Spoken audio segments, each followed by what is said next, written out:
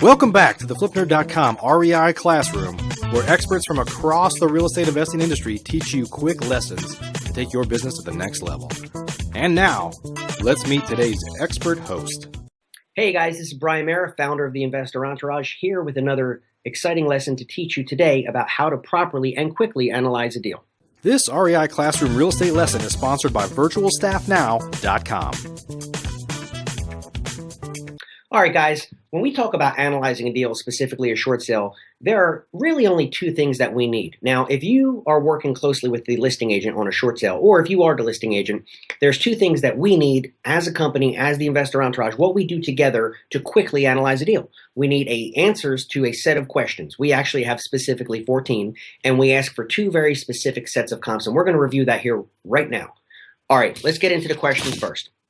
Number one, we want to know, are the payments being made on the mortgage, of course, and if not, when did they stop? Question number one. Number two, has the bank filed a notice of default yet?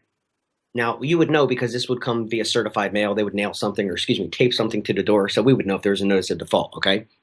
Is there a sheriff sale or an auction date yet? And if so, when is it?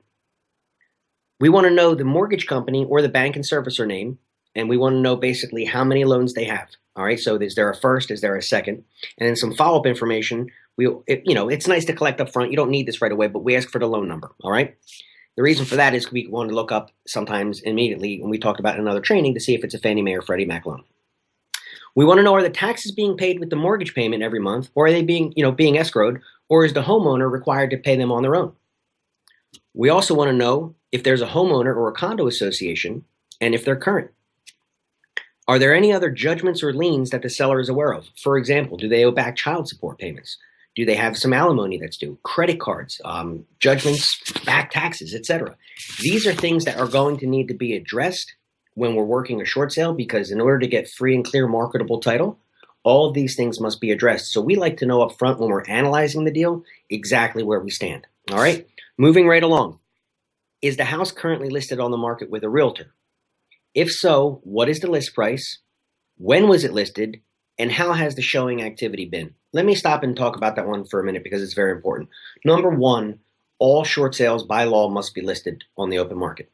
So if you're working a short sale, you think, I'm just going to short sell this house, I'm going to put together my offer and send it into the bank, they're probably going to make you list it. You could pend it right away. Most times you have to list it and you can mark it pending or under contract right away, but it still has to be listed. It's just a law. It's just a rule. Once in a while, you'll find that you don't have to do that, but 99% of the time, plan on doing that. So if it is listed, we want to know some of the background information. The next question is, following right along, have any offers or contracts been presented to the bank yet on this deal? If so, how much was the offer and what was the bank's response? See, guys, we care, but we don't care. And let me explain.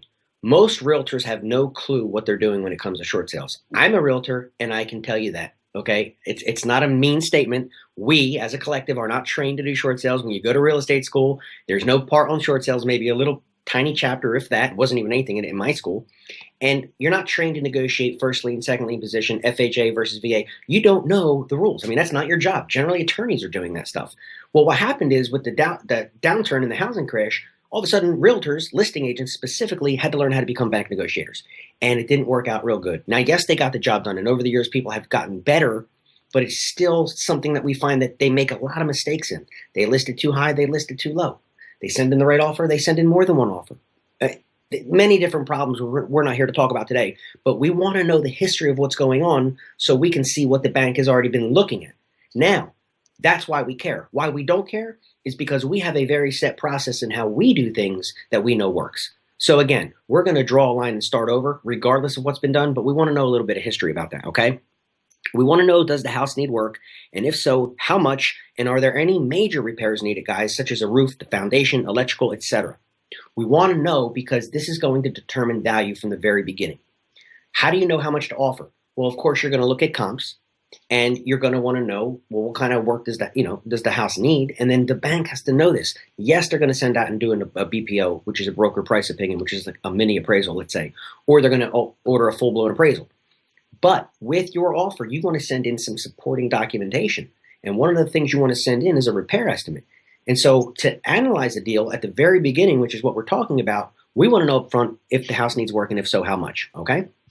We also want to know who's on the title, the deed, who's on the actual mortgage, and who signed the promissory note. This is important because we need to know, guys, if all parties are around to be able to sign the paperwork. A lot of times you'll find these short sales happen when there's a divorce. And if someone, cut and run or moved to the other side of the country and they're not really on the best terms, let's say, that could cause a problem for your deal. You want to know that up front. We want to know, has the homeowner or the owner of record ever filed for a bankruptcy? If so, when? Was it a Chapter 7 or 13? And where do we stand right now? Has it been dismissed? We want to know, was this a primary residence or an investment property? And we want to know if it's currently vacant or if they're still living there. They're the questions that we ask up front for every deal to completely understand and get a very brief yet very accurate snapshot of what's going on with the house.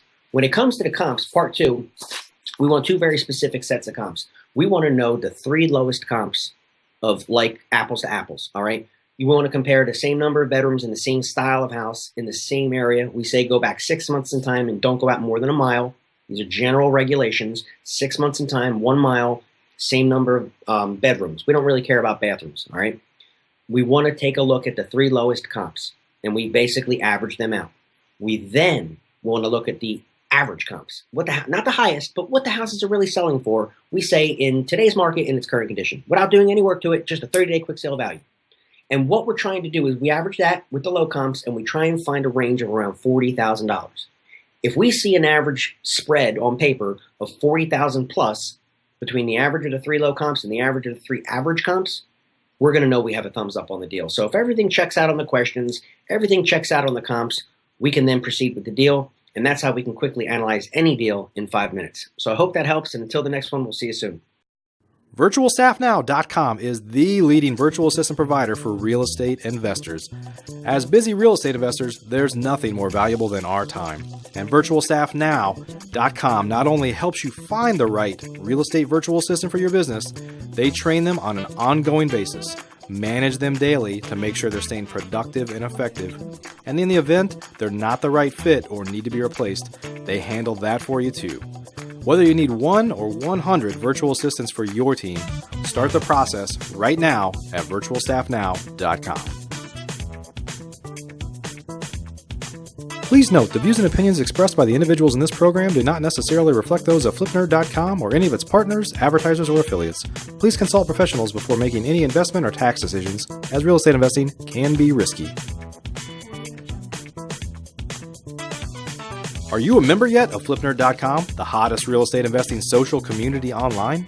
If not, you can join for free in less than 30 seconds and get access to hundreds of off-market deals, vendors in your market to help you in your business. And you can start networking with thousands of other investors just like you. Get your free account now at FlipNerd.com.